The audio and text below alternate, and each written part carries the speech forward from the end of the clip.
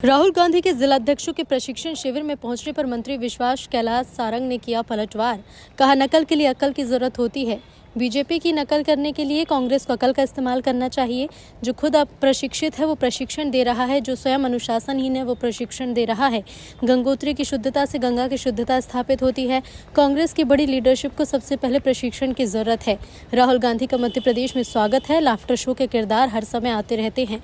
55 साल के युवा राहुल गांधी सैकड़ों चुनाव हारने का रिकॉर्ड बना चुके हैं।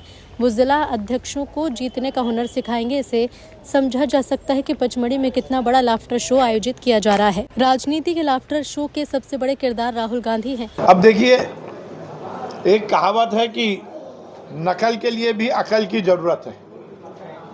भारतीय जनता पार्टी की नकल यदि कांग्रेस कर रही है तो उनको अकल का उपयोग करना चाहिए। प्रशिक्षण कौन दे रहा है? जो खुद ही अप्रशिक्षित है। प्रशिक्षण कौन दे रहा है? जो कि स्वयं अनुशासनहीन है। गंगोत्री की शुद्धता से ही गंगा की शुद्धता स्थापित होती है। दिल्ली ही अनुशासनहीन है। कांग्रेस की बड़ी लीडरशिप को सबसे पहले प्रशिक्षण की जरूरत है। अब ये अलग बात है कि राहुल जी आ रहे हैं, मध्य प्रदेश आ रहे हैं, उनका स्वागत है। लाफ्टर शो के किरदार हर समय आते ही रहते हैं। 55 साल के युवा राहुल जी जो सैकड़ों चुनाव हारने का रिकॉर्ड बना चुके हैं, वो आकर कांग्रेस के जिला अध्यक्षों को जीतने का हुनर सिखाएंगे। तो आप समझ सकते हैं ये कितना बड़ा लाफ्टर शो पचमढ़ी में आयोजित किया जा रहा है। यदि कांग्रेस को प्रशिक्षण देना है तो पहले नेताओं को दे। अनुशासन का पाठ पढ़ाना है तो नेताओं को पढ़ाए।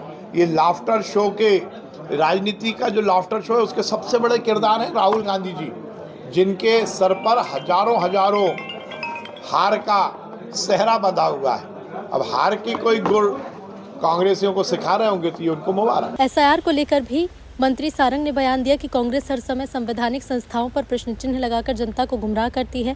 चुनाव में जीत और हर जनता के वोट देने से होती है। चुनाव आयोग निष्पक्षता के साथ काम कर रहा है।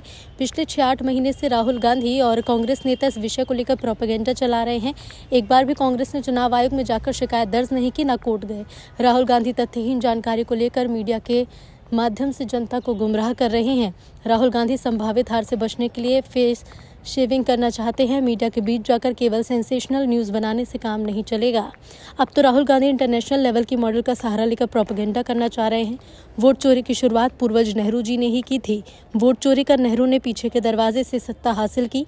चुनाव आयोग को बदनाम करना कांग्रेस की हारी मानसिकता का परिचय है। देखिए, कांग्रेस हर समय संवैधानिक संस्थाओं पर प्रश्न चिन्ह लगाकर जनता को गुमराह करती है। चुनाव में जीत और हार जनता के वोट से होती है। जनता के आपको समर्थन देने या समर्थन नहीं देने के कारण होती है। चुनाव आयोग तो निष्पक्षता के साथ काम कर रहा है। मैंने पहले भी कहा था, इस देश के संविधान में ये नियत है कि यदि चुनाव आयोग की किसी भी प्रक्रिया को लेकर इस देश में किसी भी नागरिक को या किसी राजनीतिक दल को आपत्ति है तो एक नियत प्रक्रिया के तहत वो उसकी शिकायत करे।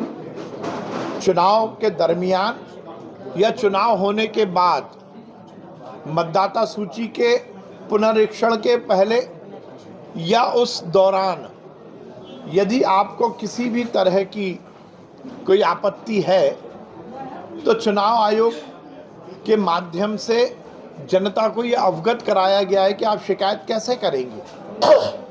आप चुनाव आयोग में भी शिकायत कर सकते हैं और उसके साथ साथ आप कोर्ट में भी जा सकते हैं। पिछले 6-8 महीने से लगातार राहुल गांधी जी इस बात को लेकर, कांग्रेस के नेता इस बात को लेकर प्रोपेगेंडा कर रहे हैं, पर एक बार भी कांग्रेस ने चुनाव आयोग में जाकर शिकायत नहीं की है। एक बार भी वो कोर्ट में नहीं गए।